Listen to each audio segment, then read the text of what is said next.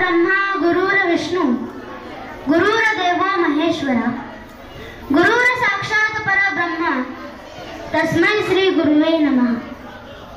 आजच्या कार्यक्रमाचे अध्यक्ष, येथे उपस्थित गुरुजन वर्ग व माझे विद्यार्थी मित्रांनो, सर्वप्रथम मी तुम्हाला शिक्षक दिनाच्या हार्दिक शुभेच्छा देतो आणि विद्येचे आराध्य दैवत माता सरस्वती यांना वंदन करून मी माझ्या भाषणाला सुरुवात करतो. विद्येविना मती गेली, विद्येविना मती गेली, मतीविना नीती गेली, नीतीविना वित्त गेले, वित्ताविना शूद्र खचले आणि इतके सारे अनर्थ एका अविद्येने केले, इतके सारे अनर्थ एका अविद्येने केले. मित्रांनो, आज 5 सप्टेंबर, आज डॉक्टर सर्वपल्ली राधाकृष्णन यांचा जन्मदिवस हा संपूर्ण देशभर शिक्षक दिन म्हणून साजरा केला जातो. डॉक्टर सर्वपल्ली राधाकृष्णन यांचा जन्म 5 सप्टेंबर 1888 रोजी झाला होता.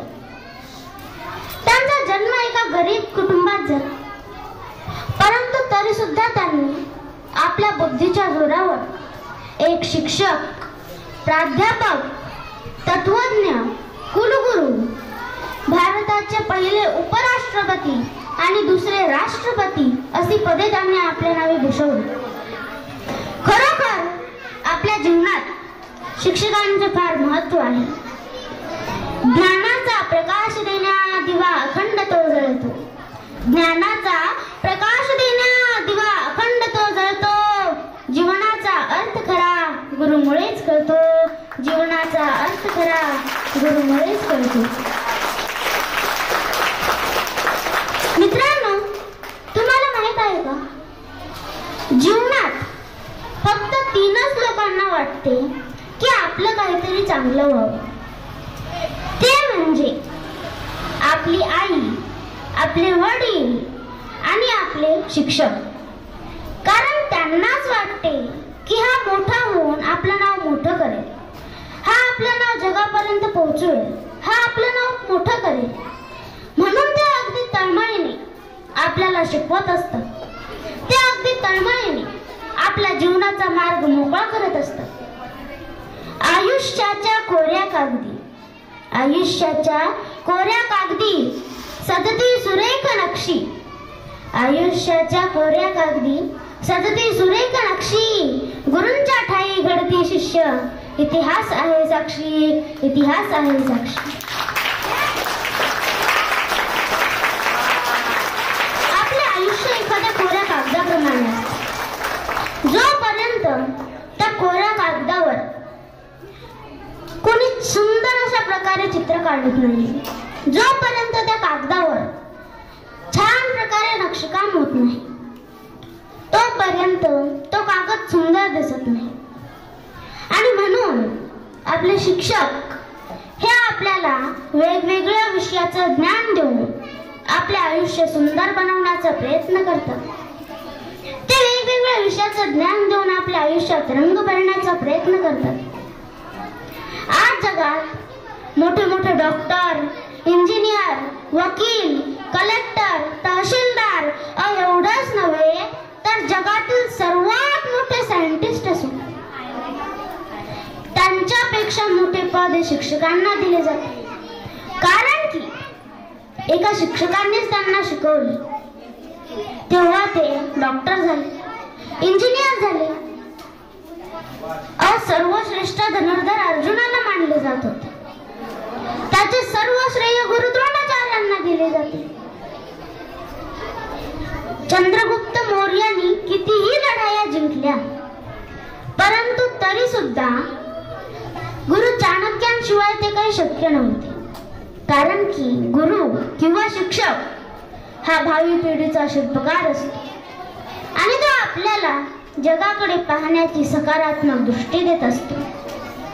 रंग रावणा भेद इथे हे स्थान आहे जगा वेगळे, रंग रावणा भेद इथे हे स्थान आहे रे जगा वेगळे, ज्ञान सुगंध चहू दिशांना समतेने दरवळे, ज्ञान सुगंध चहू दिशांना समतेने दरवळी.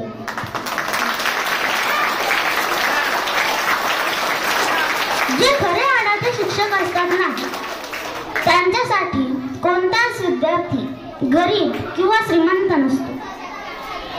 ज्याप्रमाणे फुलाचा सुगंध भेदभाव करत नाही, तो सर्वांना सारखा मिळतो, त्याचप्रमाणे कोणत्याच शिक्षकासाठी कोणताच विद्यार्थी गरीब किंवा श्रीमंत नसतो. त्यांच्यासाठी सर्व विद्यार्थी सारखे असतात. त्यांच्यासाठी विद्यार्थ्यांवर करणारे प्रेम हे सारखेच असते. विद्यार्थ्यांसाठी जी शिक्षा आहे ती सुद्धा सारखीच असते. एका कवीची एक कविता मला फार आवडते. त्या कवीचं नाव आहे कुसुमाग्रज. त्या कवितेतून कुसुमाग्रज सांगतात की एक शिक्षक आणि त्याचा विद्यार्थी त्यांचा संवाद सुरू असतो. आता त्या कवितेचं नाव आहे कणा. मग पावसाळ्याचे दिवस असतात, नदीला पूर येतो, त्या विद्यार्थ्याच्या घरात पाणी जाते. तेव्हा तो विद्यार्थी त्याच्या शिक्षकांकडे जातो आणि म्हणतो, ओळखलत का सर मला पावसात आला कोणी? ओळखलत का सर मला पावसात आला कोणी? कपडे होते करदमलेले, केसावरती पाणी. क्षणभर हसला नंतर बसला, बोलला वरती पाहून. क्षणभर हसला नंतर बसला, बोलला वरती पाहून. गंगामाई पाहुणी आली, गेली घरट्यात राहून. माहेर वाशिन पोरी सारखी चार भिंतीत नाचली. माहेर वाशिन पोरी सारखी चार भिंतीत नाचली. मोकळ्या हाती जाईल कशी, बायको मात्र वाचली. भिंत खचली, चूल विझली, होते नव्हते नेले. प्रसाद म्हणून पापण्यांमध्ये पाणी थोडे ठेवले. करभरणीला घेऊन संगे सर आता लढतो आहे. चिखल गाळ काढतो आहे, पडकी भिंत बांधतो आहे. तेव्हा सरांना वाटले की याला पैशाची गरज आहे. मग सरांचा हात खिशाकडे गेला. खिशाकडे हात जाताच हसत हसत उठला. खिशाकडे हात जाताच हसत हसत उठला. पैसे नकोत सर, जरा एकटेपणा वाटला. पैसे नकोत सर, जरा एकटेपणा वाटला. मोडून पडला संसार तरी मोडला नाही कणा. मोडून पडला संसार तरी मोडला नाही कणा. पाठीवरती हात ठेवून फक्त लढ म्हणा. पाठीवरती हात ठेवून फक्त. त्याचप्रमाणे आपल्या शिक्षकांचा फक्त हात जर का आपल्या पाठीवर असला तरी सुद्धा आपण मोठ्यात मोठ्या संकटाला सामोरे जाऊ शकतो. आणि म्हणून ह्या शेवटच्या 4 ओळी माझ्या सर्व शिक्षकांसाठी. चरणी लीन हो माथा, चरणी लीन हो माथा, नको कोणती आसक्ती. चरणी लीन हो माथा, नको कोणती आसक्ती. मनाच्या गाभाऱ्यात सदैव वसावी तुमचीच मूर्ती. मनाच्या गाभाऱ्यात वसावी सदैव तुमचीच मूर्ती. संग्राम